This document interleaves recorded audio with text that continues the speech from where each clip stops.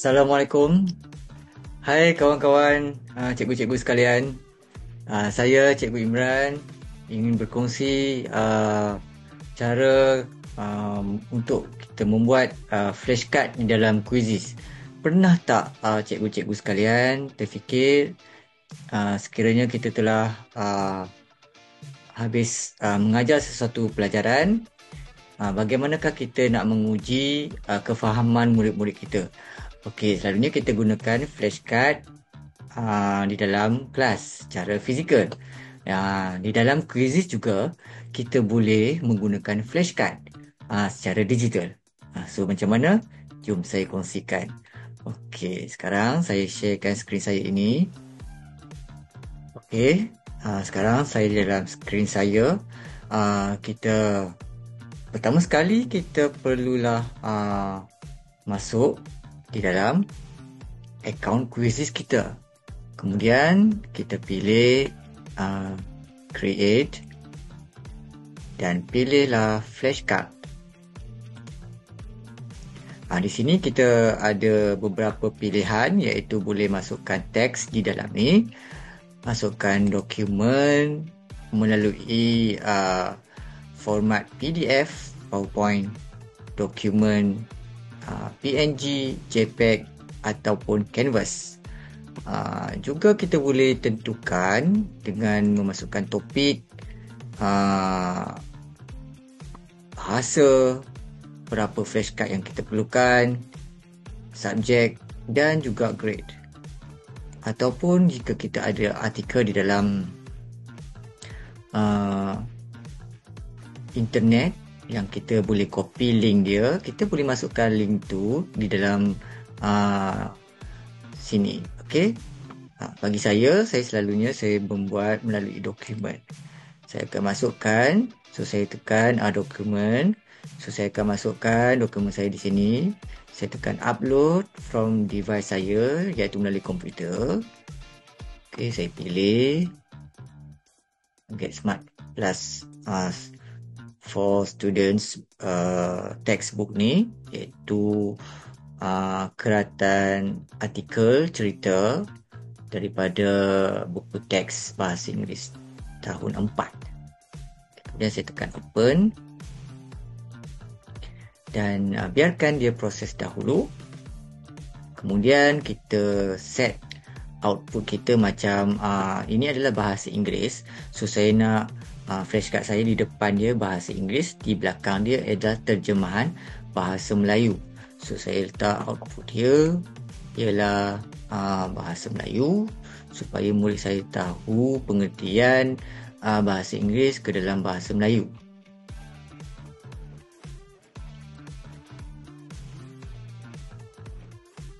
Okay, ini dia.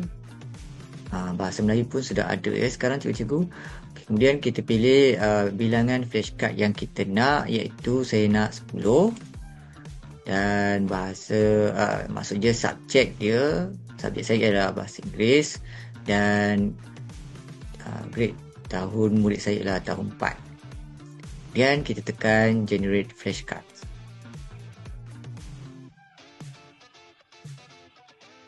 Kita tunggu sekejap, dalam beberapa minit.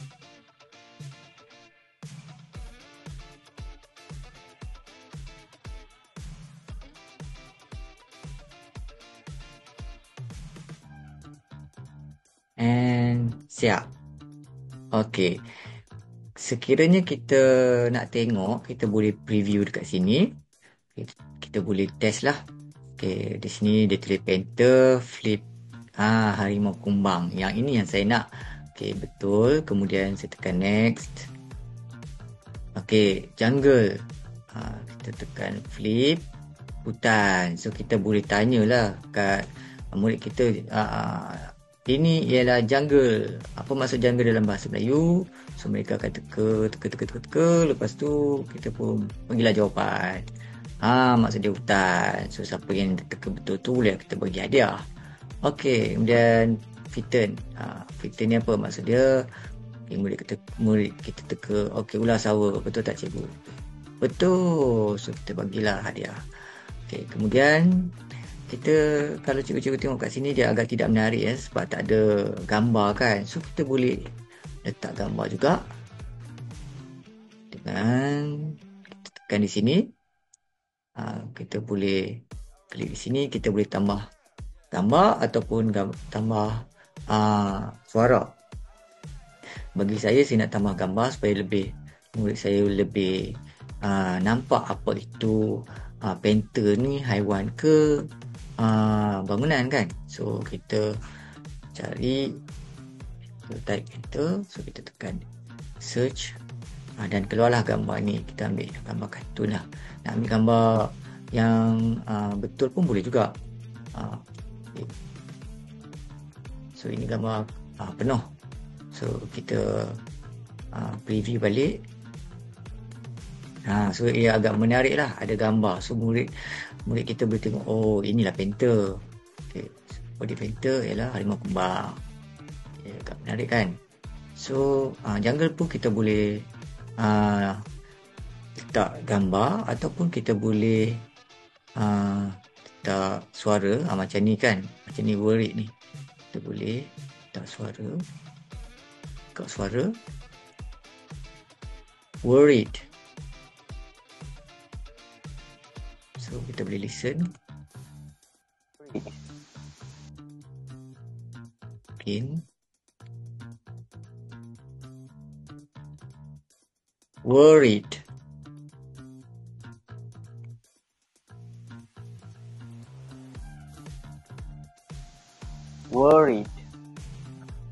Kalau dah puas hati, tekan insert. So kita preview tengok.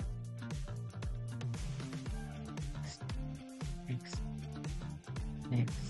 Okay. Nampak. So dia ada tekan play.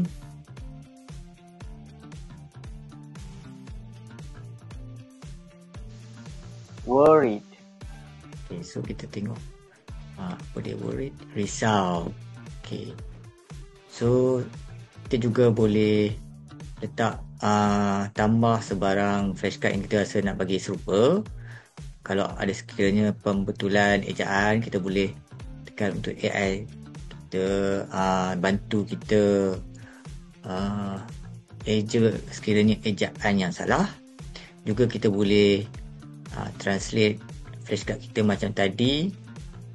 Saya nak buat ni dalam bahasa Melayu, so saya boleh tekan translate ni ke dalam bahasa Melayu lah. Okay. Tapi saya dah set awal tadi, so tak perlu set balik.